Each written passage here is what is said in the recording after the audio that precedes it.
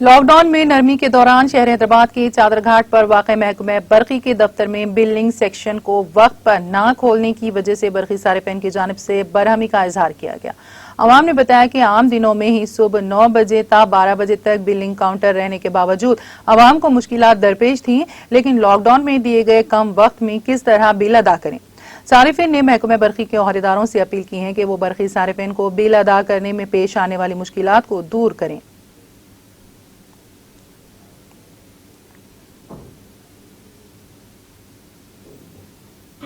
అదే సార్ మా పేరు తాహర్ ఉన్నాయి.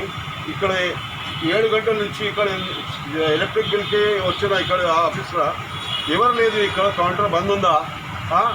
నువ్వు లాక్డౌన్ 6 గంటల 10 గంటలు చెప్పొచ్చినా మళ్ళా 9 గంటల 12 గంటల కుల్లా నేను ఆఫీస్ చెప్తున్నా. ఇక్కడ పోలీస్ ఆయనకి పిలిస్తే ఆయన చెప్పిన 9 గంటల 12 గంటలు ఉందా ఇక్కడ కౌంటర్ చెప్తున్నా. మళ్ళీ ఏం చేయాలి? లాక్డౌన్ 6 to 9 6 to 10 ఉందా?